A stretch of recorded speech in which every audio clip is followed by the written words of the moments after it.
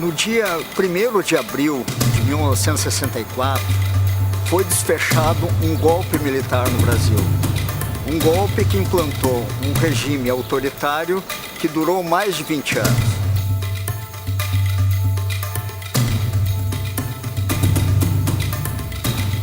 E os militares, a partir do Acional número 1, assumiram o controle de toda a nação sem qualquer garantia constitucional.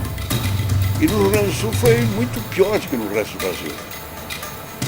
O presidente depois saiu Jango daqui do Rio Grande. O homem, o principal líder da oposição brasileira, que estava fazendo a reação de resistência, era o Brizola. É muito importante registrar que o período era um período absolutamente distinto da atual. Principalmente o período em que o número de presos, mortos, assassinatos pela Operação Bandeirantes, nas celas do DOPS paulista ou das repressões regionais que existiam, este foi o período mais duro. A superação disso custou exílio, prisão. São talvez os anos mais trágicos, né? Onde a gente convivia com medo diariamente, com a repressão em cada esquina. E isso certamente deixou marcas para essa geração que não tem maneira de resolver. Foi abafada uma geração. Tá? Eu acho que esse foi o grande prejuízo, tá? Que nos trouxe essa maior ditadura. Que foi um período que a gente só não pode esquecer, porque tem que servir de exemplo para a gente poder não repetir e incorrer nos mesmos erros. Então no Rio Grande do Sul era impressionante, quer dizer, a fronteira do Rio Grande do Sul era uma fronteira realmente armada e violenta. O Glênio Pérez era um radialista, jornalista conhecido. Marcos Claro era um líder popular. E nesse crescente insatisfação popular foi aumentando. E eu me lembro inclusive da propaganda do Klasman nas campanhas. Ele tinha um slogan: vote contra o governo.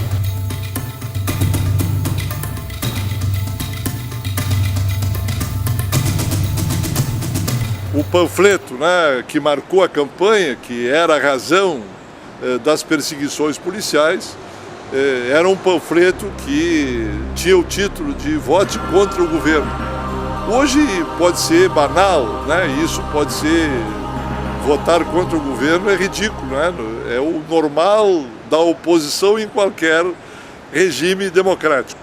Mas naquele momento, votar contra o governo era contestar a ditadura, o regime militar.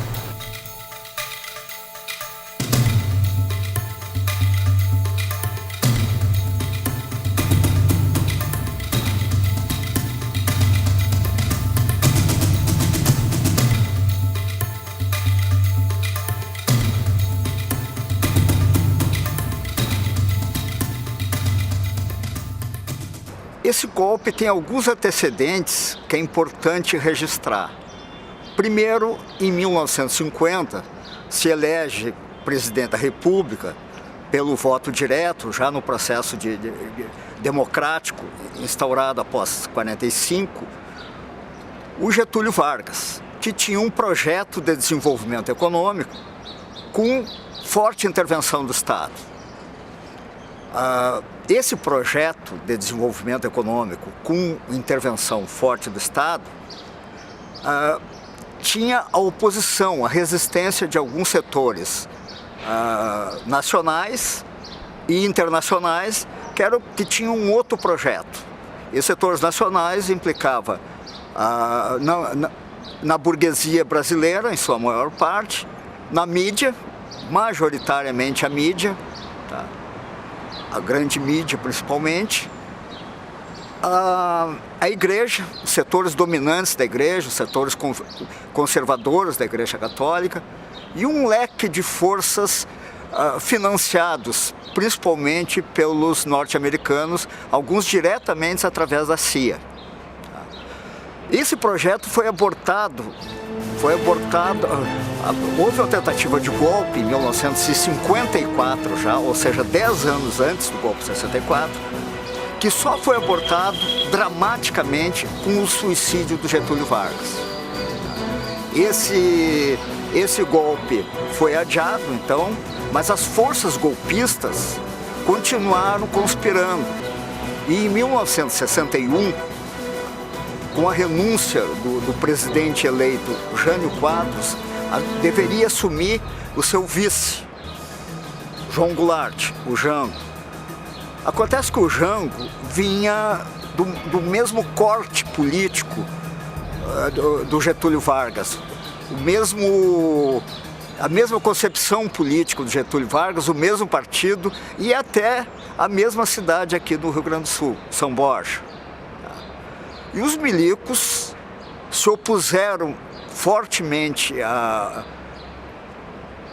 que o Jango assumisse, porque constitucionalmente, na renúncia do presidente, assumiria o vice. Os milicos não queriam, já queriam dar o golpe naquela época. Bom, o Jango estava no exterior, estava em visita oficial à China, e houve todo um movimento de resistência ao golpe militar, principalmente aqui no Rio Grande do Sul, através do célebre movimento à legalidade, comandado pelo governador do Rio Grande do Sul, na época, o Leonel Brizola. Então, mais uma vez, a organização das forças populares, através de uma ampla mobilização comandada pelo Brizola, abortou a segunda tentativa de golpe. Infelizmente, os militares continuaram conspirando e aprenderam com as derrotas anteriores, com os golpes que não deram certo, os golpes frustrados, e infelizmente, em 1º de abril de 64, conseguiram desfechar um golpe militar que instaurou um processo autoritário no Brasil por mais de 20 anos. Agora, esse golpe militar, ele não se reduz aos militares. Na verdade, quem gerenciou todo esse período que chama-se ditadura militar foram basicamente os milicos, a burocracia militar, mas com forte apoio de toda uma burocracia civil, de toda a parte expressiva da classe dominante, da mídia e até certo momento da classe média também. Esse golpe de 64 foi resultado de uma conspiração de forças civis e militares, por isso que, na verdade, o golpe de 64 foi um movimento cívico-militar, tá? Organizado pelas classes dominantes, apoiadas pelos norte-americanos, que inclusive apoiaram o golpe com todo um sistema de logística. A 7ª Frota estava estacionada na costa brasileira, inclusive. Conforme fosse o movimento de resistência, que era esperado por todos, e que no final a gente sabe, pelo fato histórico, é que não houve resistência nenhuma. Então não precisou haver intervenção dos militares.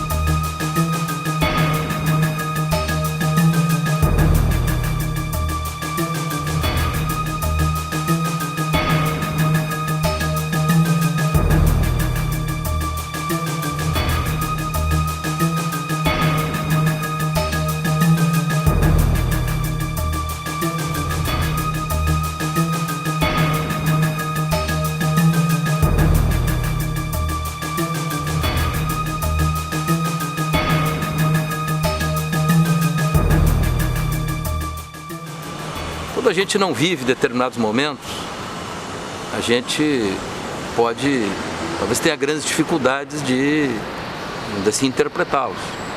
Mas é muito importante a nossa juventude saber que também neste momento existia uma grande articulação no âmbito da América Latina que era o ascenso dos chamados regimes autoritários, cuja lógica era costurada pelo que se chamou de Operação Condor, ou seja, era um grande plano das ditaduras latino-americanas de controlar o avanço da esquerda, das reformas, das mudanças, dos setores populares, dos setores progressistas, né, dos socialistas, dos comunistas, enfim, na América Latina. E era nesse cenário que nós tínhamos que nos movimentar. Não há dúvida nenhuma que o golpe do Rio Grande do Sul do Brasil não foi no Brasil. A Operação Brasil, Uruguai, Argentina, Chile, Paraguai, foi o americano que fez isso praticamente uma operação ao mesmo tempo. Então foi dura no Brasil, mas no Rio Grande do Sul, pelo Brizola e pelo Jango. E porque os grandes líderes caçados, Darcy Ribeiro, Amino Afonso, estavam em Montevidéu, aqui o movimento realmente foi muito pesado.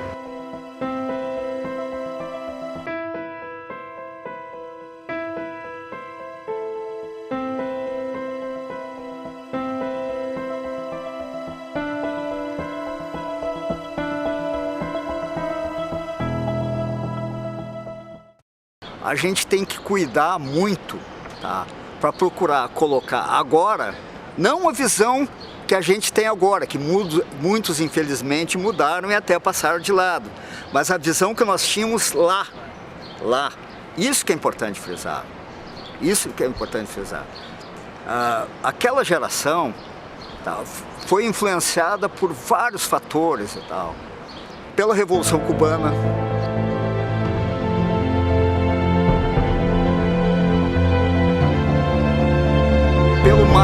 pelo maio francês, todo o movimento que se seguiu ao maio francês na Europa e em várias partes do mundo e tal, inclusive aqui, trazendo algumas bandeiras que até então não existiam na esquerda, como a questão da sexualidade, do homossexualismo, da ecologia, uma série de questões que tornaram mais amplo a visão da esquerda e que influenciaram bastante a esquerda. A luta anti-imperialista das antigas colônias e tal, a guerra do Vietnã, tudo isso influenciou e criou toda uma espécie de um romantismo revolucionário, tá? Acho que poderia dizer assim, muita gente pode discordar, mas era um romantismo revolucionário, mas um romantismo assim, ó, que vestia a camisa totalmente. Vestia a camisa totalmente ao ponto de abrir a camisa e tal e morrer pelo aquilo que estava pensando. E o que aconteceu com muitos companheiros e tal, que tombaram na luta e tal, dentro dessa visão. Uma visão totalmente desapegada de fatores materiais, de objetivos materiais e tal. Era uma juventude totalmente desprendida nesse sentido. Coisa que, infelizmente, hoje se vê muito pouco. Eu não sei se isso dá para situar bem o que era a juventude na época, e essa juventude de esquerda, essa juventude do movimento estudantil, essa juventude que acabou entrando no processo de luta armada e que depois contribuiu no PDT, no PT, no movimento da anistia, e vem contribuindo até hoje, inclusive, não é por acaso que tem uma companheira que eu militei com ela, que foi minha comandante, inclusive, que chama Dilma Vana Rousseff, que é a presidente da República nesse momento. Começamos todo um processo em 64, 65, 66, de resistência, de defesa da UNE, de resistência democrática no movimento estudantil. Assim como aqui em Porto Alegre tinha um setor jovem que tinha a hegemonia da esquerda, e aí entra vários grupos de esquerda, no interior, apesar de ser minoritário no setor jovem estadual, tinha várias cidades onde a hegemonia ou o pessoal de esquerda tinha uma posição forte, como por exemplo Santa Maria, Pelotas, Bagé, uma série de lugares. Aqui na região metropolitana, Viamão, Cachoeirinha, Alvorada, vários lugares e tal, tinha grupos que ou eram hegemônicos no setor jovem estadual ou estavam lá dentro lutando. e em 67 eu me mudei para Porto Alegre. Vim estudar no Dom João Becker. Terminei o curso de ginásio e vim para o Dom João Becker. Ali eu estudava à noite, o colégio só tinha segundo o curso científico à noite, eu tinha o dia mais ou menos para me movimentar, né? Eu estava com 16 anos e comecei com aquela coisa política que vinha da história política estudantil, eu logo fui procurar o Grêmio Estudantil do Becker, né? E ali tinha um grupo que trabalhava e tal, teve a primeira eleição na metade do ano, eu me envolvi naquela eleição, o Carlos Eli concorreu ao presidente do Grêmio, ele lá, nós apoiamos e tal, fizemos todo um movimento. E tinha uma gurizada na volta, né? Dentro dessa gurizada, uma gurizada que estava também querendo se iniciar, porque ele sentiu assim. E dentre eles tinha o Marcos Klasman, né? O Marquinhos era um guri que estava na volta, né? Bom, nós passamos aquele ano com ele, com o Carlos Eli, trabalho para cá, trabalho para lá. O que aconteceu é que nós fizemos uma grande movimentação naquela escola e depois de uma arraigada eleição vitoriosa, como eu disse, com a gurizada, né? Me vi eleito presidente do Grêmio também do Dom João Becker. O Marcos trabalhava conosco, nós estávamos sempre juntos, só que nós ficamos apenas 15 dias, né, na direção do Grêmio, né? Ganhamos por 15 votos da eleição, uma eleição apertadíssima, onde votaram mais de 1000 dos estudantes da época, e nós ganhamos por 15 e ficamos, acho que não durou 15 dias, fecharam o Grêmio, acabou o Grêmio, e nós partimos para aquela coisa, que era justamente o que se vivia em 68, né? Embora a gente tenha esperneado para um lado e para o outro, a gente participava da Palmeiras se envolveu no processo, né? As pessoas, né, aqui em Porto Alegre eram muito efervescentes, só que estava naquele momento vivendo talvez o mais difícil momento da política estudantil, e foi ali, depois eu acompanhei, eu em 69 me formei, né? O Marcos continuou lá na escola e depois ele partiu para o movimento político. Acho que aquela escola que ele viveu ali foi para aquela carreira política brilhante que ele teve, né, no sentido de poder, de fato, expressar aquele sentimento que naquela oportunidade tinha sido reprimido, né? Que um depoimento a respeito do Marcos Klasman seguramente é um depoimento que me remete ao início da minha atividade política. Foi uma das grandes referências que eu tive, uma referência teórica, uma referência de quem era um estudioso, um acadêmico, de quem formulava questões políticas e de quem tinha a paciência de reunir madrugadas afora, fazendo a discussão da política, emitindo conceitos e nos ajudando, aqueles mais jovens que tinham a inspiração, que tinham a determinação de fazer essa transformação, mas que precisavam ainda de um conteúdo, que precisavam ainda do embasamento. Pois o Marcos foi esta verdadeira enciclopédia viva, né? Com experiência, com conhecimento, com grande leitura, né, de toda a trajetória da esquerda no mundo e no Brasil.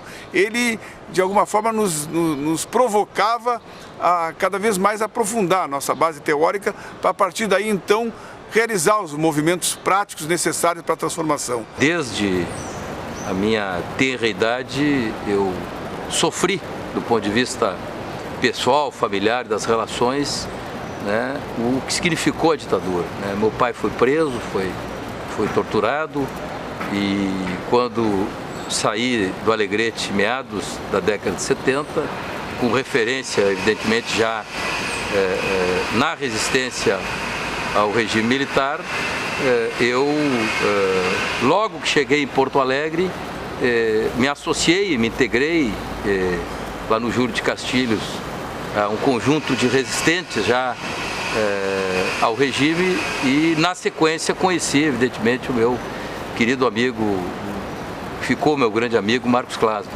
Conheci ele em 76, setor jovem do MDB, eu já envolvido com o movimento estudantil, a gente realizando uma semana pelas liberdades democráticas, não havendo mais espaço para que se realizasse a semana dentro da URGS, né, dentro da Universidade Federal do Rio Grande do Sul.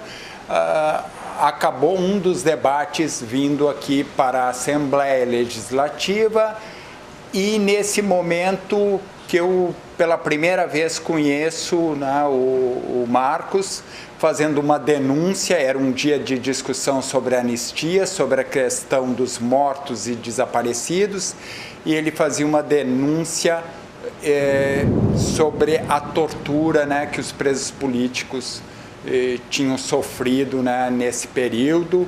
Li a carta de uma mãe, né, de um dos presos, foi um momento muito contundente e emotivo de denúncia. Eu, que iniciei a minha vida bem na época da redemocratização, que comecei com a formação do PDT aqui, tive o orgulho de, junto com muitos companheiros valorosos e com o Marcos Klasman, pertencer ao GUS, ao Grupo de Unidade Socialista, que era um movimento de esquerda dentro do PDT, que procurava questionar a conduta da linha programática, ideológica do partido, buscando uma guinada mais para a esquerda, buscando firmar mais aquelas propostas do socialismo. E o Marcos Klasman, nesse contexto, foi uma das nossas grandes inspirações, uma das pessoas que era um norte, que era um símbolo. E então o Marcos, para todos nós dessa geração um pouco mais jovem, né, foi um referencial. Foi uma das pessoas que nos inspirou, uma pessoa que participou da nossa formação. Portanto, eu quero dizer que, além, evidentemente, do tema em particular, como entrei na política, acho que não tem nenhuma dúvida que o Marcos foi um cara que ajudou a embalar, vamos dizer, esse certo mergulho meio prodígio. Eu tinha pouco mais de 14 anos quando comecei minha atividade estudantil. E desde lá conheci o Marcão, vou chamar de Marcão, porque é assim que a gente o chamava, e ele passou a ser sempre uma grande referência na resistência, no estilo dele. Ele marca para mim algo que talvez as novas gerações, em certa medida, elas não têm isso muito presente, né? Mas a questão, por exemplo, da inconformidade, né? A questão da rebeldia, é outra característica do Marco, e aquilo que nós à época chamávamos de instigar a capacidade crítica, né? Porque nós enfrentávamos o regime, que era um regime autocentrado, autoritário, proprietário, sobretudo, de tudo e de todos, né?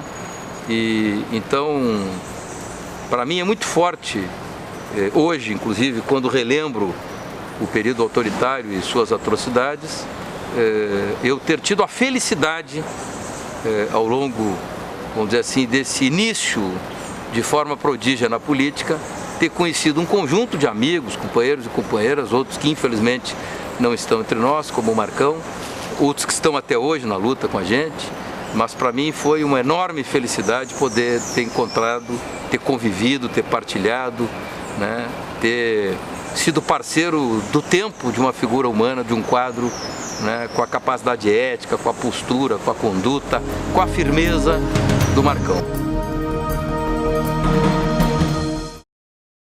E foi lá por 73, 74 que o IEPS começou a funcionar aqui com figuras como o próprio André, o Cristiano Tati, o Busato, que era nessa época dirigente estudantil do centro acadêmico aqui da economia, professores da economia que não tinham tido processos, mas que tinham uma posição crítica também ao regime militar, e isso levou a que nós pudéssemos aglutinar aqui dezenas de pessoas. E claro que a ação política ela precisava ser partidária, ela precisava se concretizar em espaços de disputa de poder. E o setor jovem do MDB, o setor jovem municipal particularmente, o setor jovem estadual na época tinha outra direção, mais moderada, mais comprometida, vinculada com o partido.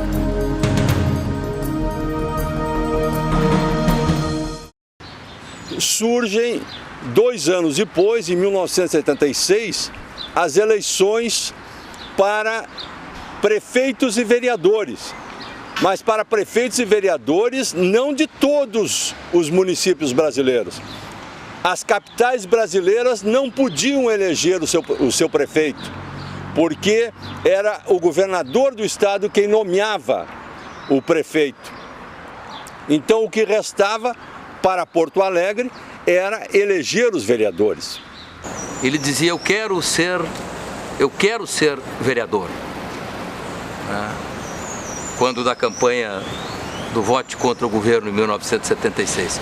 Eu quero ser vereador, mas eu não quero ser vereador para ficar sobre as quatro paredes no parlamento, defendendo, evidentemente, as questões democráticas que são importantes e são necessárias.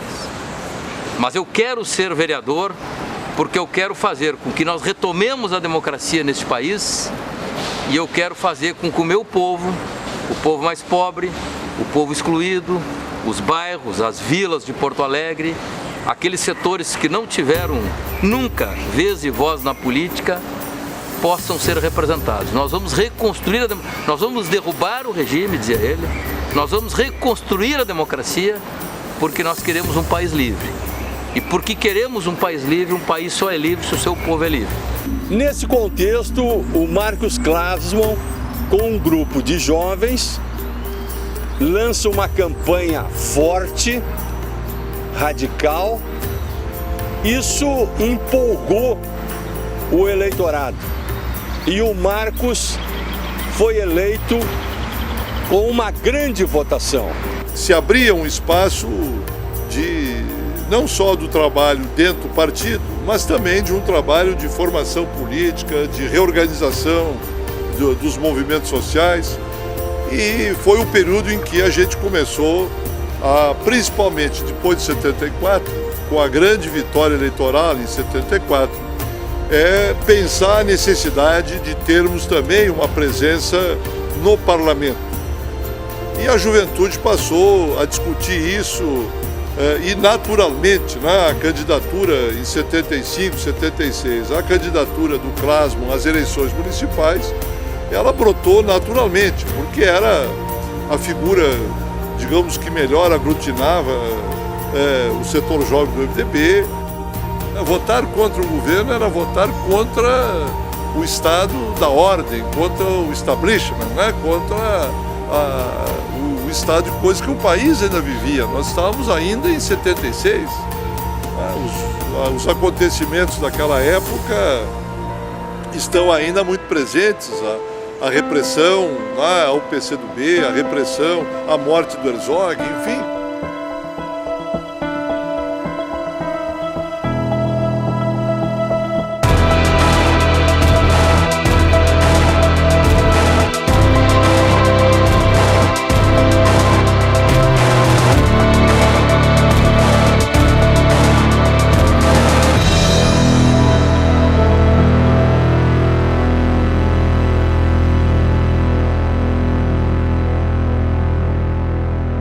Ato público está proibido. Não admitimos passeata nem comício. Está todo mundo preso.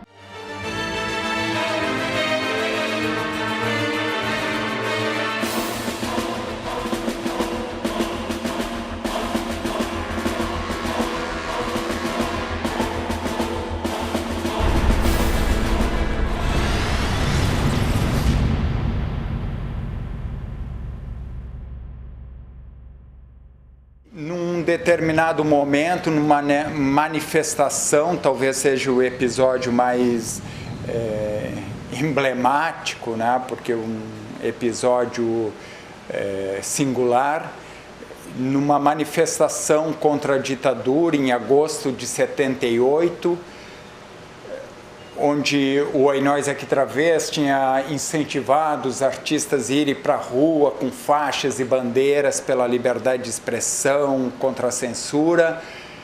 Eu acabei sendo preso, então os policiais do DOPS me bateram, jogaram gás e me largaram para o policiamento da brigada, me arrastar pela Salgado Filho. Isso aconteceu ali onde era o antigo cinema São João, esquina da Vigário, Vigário José Inácio com a Salgado Filho. E nesse momento que eu tomei sem enxergar, chorando, e sendo arrastado pelos pelos brigadianos, vem sendo carregado, também arrastado, um outro preso. E nesse momento nós enlaçamos os nossos braços. E esse outro preso era o Marcos.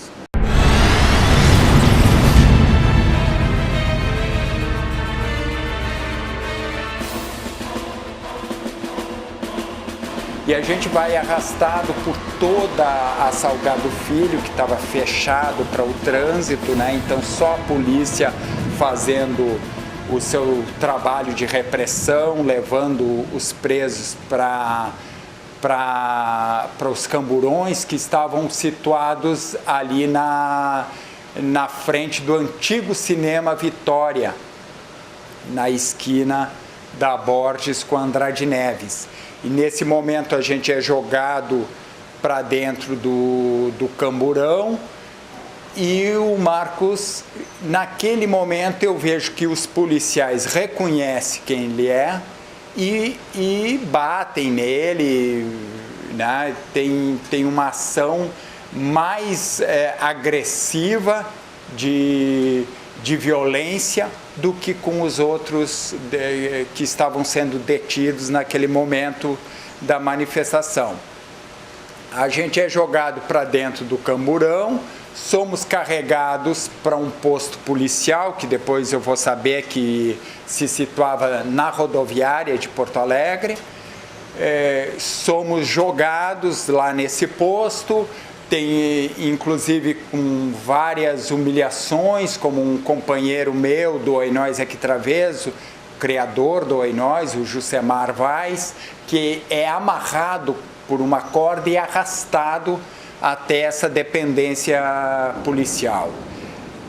Naquele momento, a gente sofre a primeira identificação, tá? Ainda pela Brigada Militar, antes da gente ser levado para o DOPS. E nesse momento foi muito importante o posicionamento do Marcos, que naquele estado de medo, de coação, deu um ânimo e um vigor para todos que estavam detidos naquela sala. No momento que ele vai ser identificado, ele se apresenta, ele entrega a carteira de identidade e se apresenta. Marcos Klasman, vereador eleito pelo povo e caçado pela ditadura militar. Isso era uma resposta para nós que nos levou, quando a gente foi carregado, levado para o DOPS, com um vigor, né, de enfrentar o interrogatório que vinha pela frente.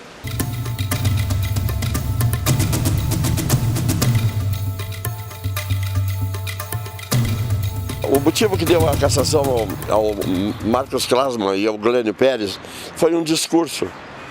Porque essa legislatura da cassação, ela começou no dia 1º de janeiro de 1977. Porque havia esse radicalismo ideológico. Então os dois se elegem numa avalanche das oposições em todo o Brasil, mas havia ainda a ditadura. Então o Glênio Pérez faz um discurso memorável contra a tortura, exigindo esclarecimentos de vários casos, e ele termina cassado, porque na época, desde o AI-1, ato institucional número 1, até o ato institucional número 5, havia essa possibilidade, se cassava sem qualquer explicação as pessoas que contrariassem o governo. Então o Glênio Pérez foi cassado e o Marcos Klasman, naquele jeitão corajoso dele, simplesmente lê de novo o mesmo discurso. O Glênio foi cassado no dia 2 e no dia 15 de fevereiro, o Marcos Klasman foi cassado. Sinceramente, ao examinar esses discursos, à luz do direito, do passado, de hoje, não há nada que pudesse incriminar tanto. A Revolução sentiu-se incriminada, sentiu-se ofendida, porque os atos que eles estavam praticando não eram atos legais. Eram atos baseados no ato institucional, quer dizer, fora da lei e fora da Constituição. Com essa cassação, os atritos se acirraram mais, cada vez mais. Quando se estava assistindo uma sessão da Câmara, ou tomando parte dela, se via claramente, ostensivamente, sem nenhuma inibição, os agentes da Revolução sentados nos lugares destinados ao público e anotando tudo que os vereadores diziam, buscando, procurando, catando alguma coisa para que a Câmara recebesse um puxão de orelha ou o seu presidente fosse chamado lá, como fui muitas e muitas vezes. O tempo passou com essa série de atritos, essa imposição violenta da Revolução. Violenta, o vereador está em casa e recebeu um telefonema anônimo dizendo que em tal caso ele deveria votar assim ou de tal maneira. E o telefone era logo depois desligado. Eu me recordo que a primeira vez que eu vi a palavra anistia ser colocada em algum lugar foi quando o presidente João Goulart morreu em dezembro de 1976. Ele que havia sido cassado em 64, exilado em 64 e que queria voltar ao Brasil, estava impedido, tanto ele quanto Leonel Brizola, quanto todos os outros exilados que se encontravam no Cone Sul, Brasil, Uruguai, quer dizer, Argentina, Uruguai, Chile, como na Europa. Estavam impedidos de retornar ao Brasil, sob pena de serem presos e, inclusive, de serem, mortos. E o presidente João Goulart, que ansiava por voltar ao Brasil, não conseguiu voltar ao Brasil enquanto vivo e faleceu em dezembro de 1976.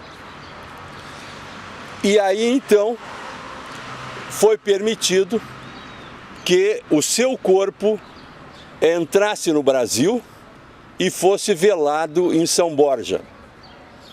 Eu me recordo que no velório a senhora Mila Calduro entregou para a filha de João Goulart, Denise Goulart, uma faixa em que estava escrita a palavra anistia, e essa faixa foi colocada em cima do caixão do presidente João Goulart, que estava sendo velado em São Borja.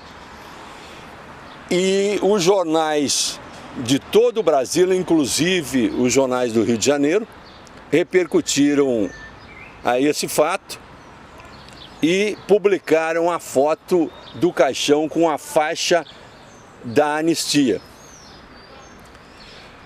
E a luta pela anistia foi uma luta muito grande, que envolveu o movimento das mulheres, a Ordem dos Advogados do Brasil, os setores da Igreja e os deputados estaduais, federais, senadores e vereadores. E teve entre eles duas figuras muito importantes, no vereador Marcos Klasman e no vereador Glênio Pérez.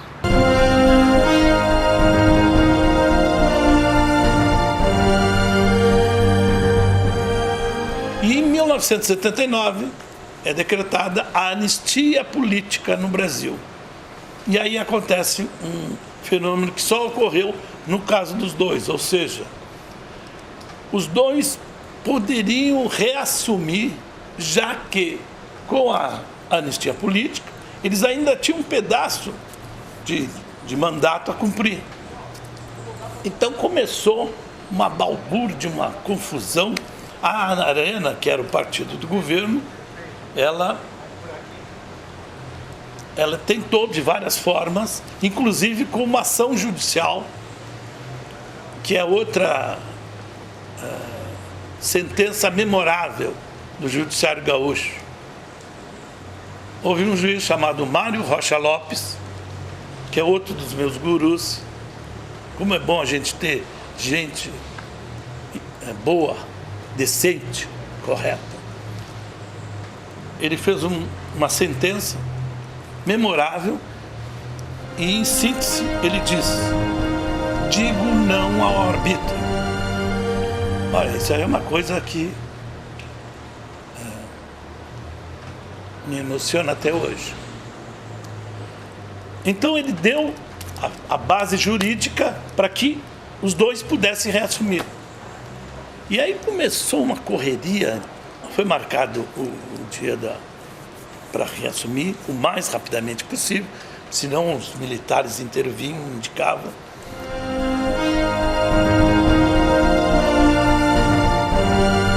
O que me traz aqui no dia de hoje é colaborar com a história de determinada decisão que restabeleceu